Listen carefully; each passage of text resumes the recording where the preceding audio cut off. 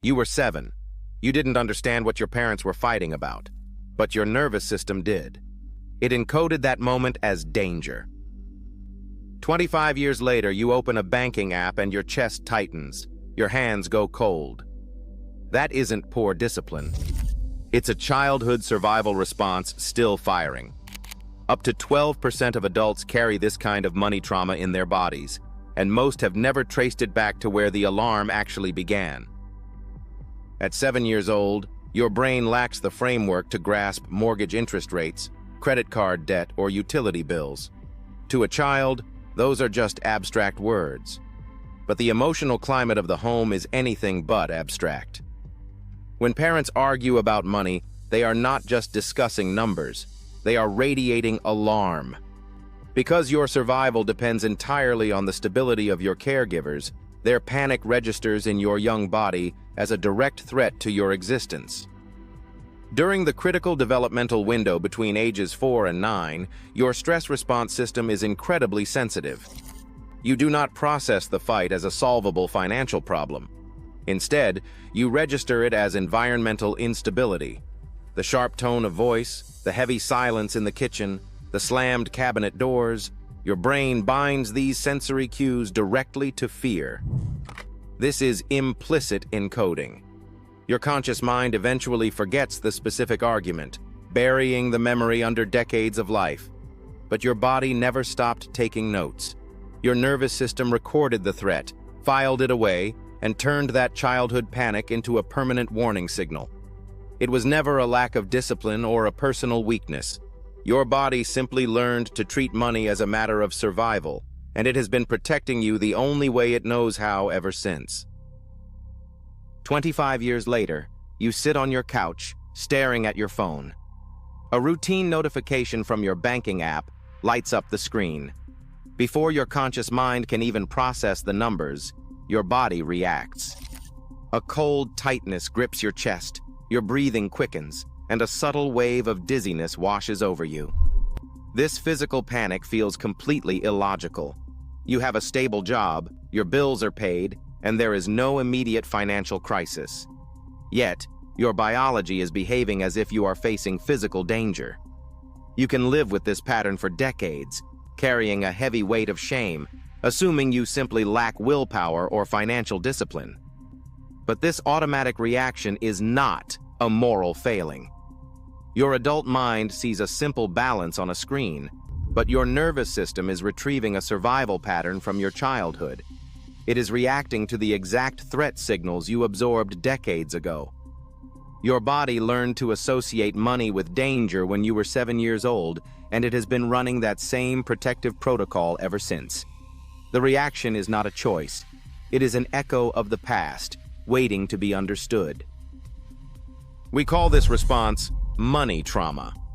This is a threat-based biological imprint stored within your nervous system, entirely separate from your character, intelligence, or self-discipline. This conditioning exists independently of financial literacy. You do not need another budgeting spreadsheet or a lesson on interest rates, because your body reacts before your rational brain can even read the numbers. It is also distinct from general anxiety. It is a highly specific, triggered alarm system tied directly to money. When this biological warning system activates, it drives recognizable behaviors. You might practice total avoidance, leaving bills unopened for weeks.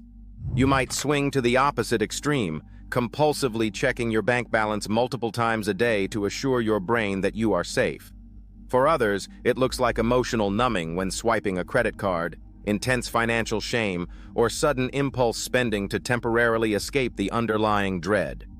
Clinicians can identify these exact triggers using specialized assessment tools. Measures like the money-related trauma scale and the financial therapy assessment isolate these conditioned survival responses from ordinary financial habits. By mapping your physical reactivity to money cues, these tools confirm what your body already knows.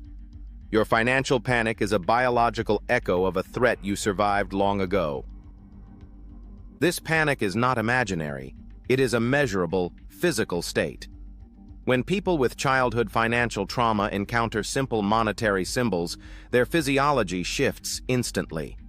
Heart rate variability drops, signaling a loss of autonomic balance, while skin conductance rises as sweat glands react to sudden stress. Within minutes, salivary cortisol levels spike, flooding the body with stress hormones. In the brain, functional imaging reveals a clear struggle. The amygdala, your threat detection center, fires wildly, while the ventromedial-prefrontal cortex, the region responsible for regulating fear and telling you that you are safe, underperforms. Your brain's alarm system overpowers your logical thoughts. This biological panic affects an estimated 8 to 12% of adults. Survey data show a strong correlation between the intensity of this adult panic and the level of financial conflict experienced during childhood. But framing this pattern as trauma requires an important distinction. Naming a nervous system response does not erase systemic poverty, inflation, or structural inequality. Acknowledging money trauma will not pay a gas bill or fix a broken economy. But understanding that your panic is physiological changes how you address it. It shifts the burden of shame. Instead of fighting a perceived moral failing, you are managing a biological reflex that was trained to keep you alive. Your nervous system must feel safe before your rational mind can solve a financial problem. Before you open your banking app or look at a bill, practice a brief grounding routine. Try 4x4 box breathing, inhaling, holding, exhaling, and pausing for 4 seconds each. Or use a 5-4-3-2-1 sensory scan to anchor your body in the present room. Once calm, introduce the trigger in tiny, controlled steps. Open your account balance for just 5 seconds, then close it and breathe. Gradually increase this to 10 seconds, then 30, pairing each exposure with somatic regulation. The objective is not to force yourself through the panic, but to build tolerance slowly. If your distress becomes overwhelming, stop immediately. Your progress is measured by your ability to face a money queue without falling into a physical collapse, one quiet breath at a time. Deeper recovery requires resolving the original threat response at its source, rather than only managing daily symptoms. Clinician-led therapies like eye movement desensitization and reprocessing, or EMDR, allow your brain to safely reprocess early memories of parental financial conflict. When paired with body-based sensory-motor therapy, these clinical methods work to release the physical tension stored in your nervous system. Once your body experiences true emotional safety, practical tools like financial coaching can succeed. This healing sequence, recognizing triggers, regulating your physiology, processing the memory, and practicing new actions, unfolds over weeks of steady practice rather than minutes of quick fixes. Because severe panic can be overwhelming, this information is educational and is not a substitute for professional therapy. If your distress is intense, seek professional support before attempting exposure exercises. Resources like the Financial Therapy Association and EMDRIA can connect you with certified specialists who can help you rebuild your relationship with money from the inside out. Your financial panic is not a personal failure.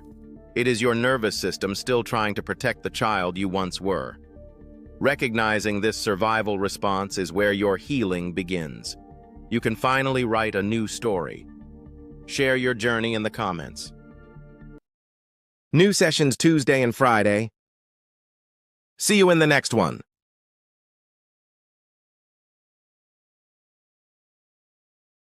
Subscribe to Finance Physio. Break the chains and embrace a bright financial future.